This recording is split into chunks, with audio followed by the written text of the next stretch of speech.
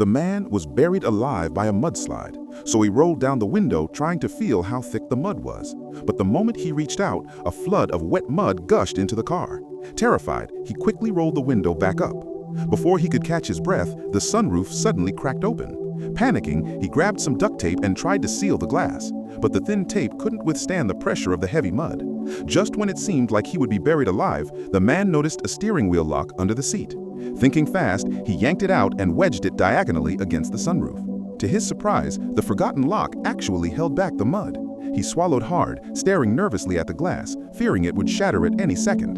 When he saw that the lock really held firm, he finally relaxed and let out a long sigh of relief.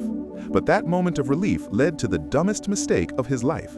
He grabbed a bottle of water and gulped it down greedily. Only when it was nearly empty did he realize he had almost finished his only supply of drinking water.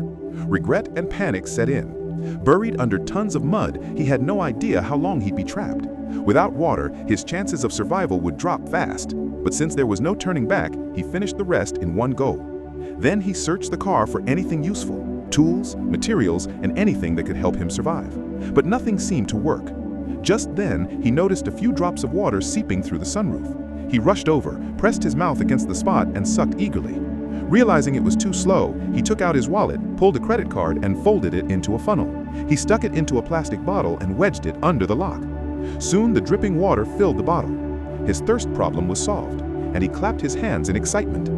After that, he even urinated into the storage box to keep for later use. But not long after, breathing became difficult. The air inside the car was running out. If he didn't act soon, he would suffocate. So he grabbed his camping chair and pulled out a hollow metal pole. Then he removed a bottle cap, drilled a small hole with a nail clipper, tied a knot on a piece of twine, threaded it through the cap, and stuffed it into the pole. Pleased with his ingenuity, he put on gloves and straightened a piece of wire. He used it to drill a tiny hole in the sunroof, then shoved the pole upward with all his strength. But the mud was dense, far thicker than he expected. The entire 1-meter pole couldn't even reach the surface. Panic started creeping in.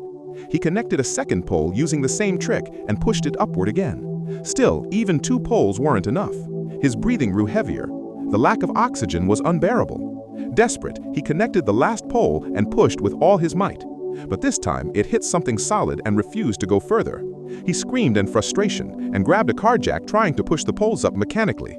But the jack soon reached its limit and the poles still didn't break through. Determined, he stuffed a towel on his shoulder, braced his body under the pole, and pushed upward with every bit of strength he had. Suddenly, he felt the resistance give way. The pole broke through the surface. Excited, he inserted the wire, punched open the sealed cap, and peeked through the tube. When he saw a faint glimmer of light, he shouted in joy and even greeted the tiny hole like a friend.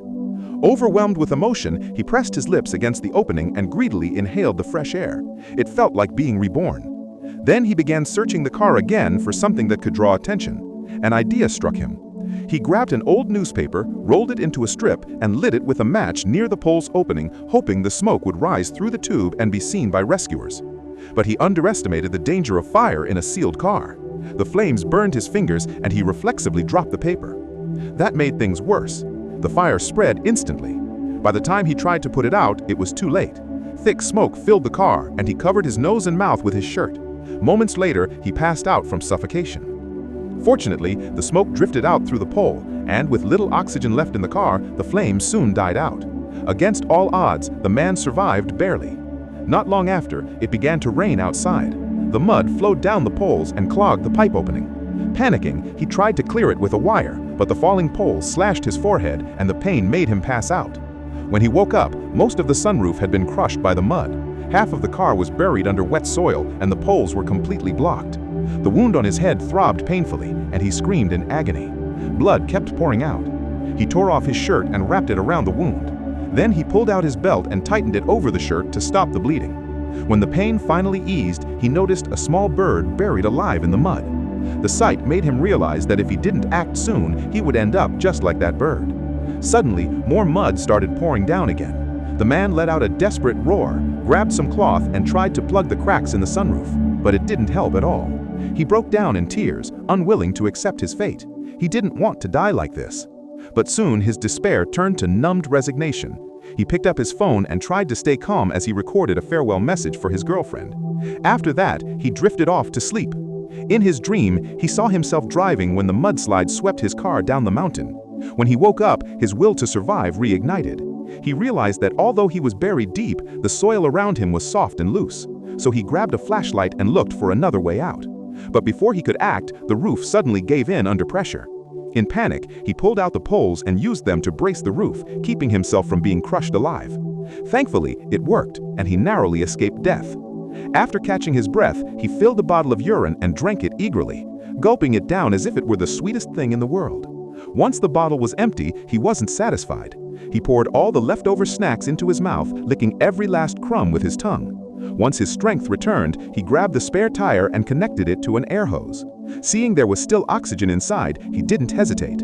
He stripped off his clothes and covered his body with a layer of engine oil. Then he gripped the pole tightly, smashed through the cracked sunroof, and crawled into the dark, damp mud. He dug upward with the pole, using his back to brace the soil behind him to keep it from collapsing and burying him alive.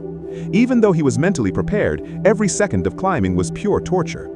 After crawling less than a meter, he suddenly felt weak and short of breath. He grabbed a straw and sucked air from the spare tire. Finally managing to catch his breath again, he started encouraging himself, telling himself that he only needed to hold on a little longer to get out. Calming down, he kept digging, using the floor mat and poles to support his weight. To his surprise, the soil on both sides stopped sliding down. That gave him new confidence. If nothing went wrong, he'd make it out soon. But suddenly, the soil above his head loosened. Before he could react, a massive wave of mud poured down on him like a waterfall. He was completely buried alive. No one knew how long it took, but slowly a few fingers broke through the surface. Fueled by his will to survive, he held his breath and clawed his way out of the dirt. He pushed his head through the soil, spitting out mud and gasping for air. Because the soil was soft, he had been given one last chance to live. After catching his breath, he struggled to push away the dirt above his head. And in the next second, he saw the most beautiful sunlight of his entire life. Overjoyed, he reached his hand toward it. He survived.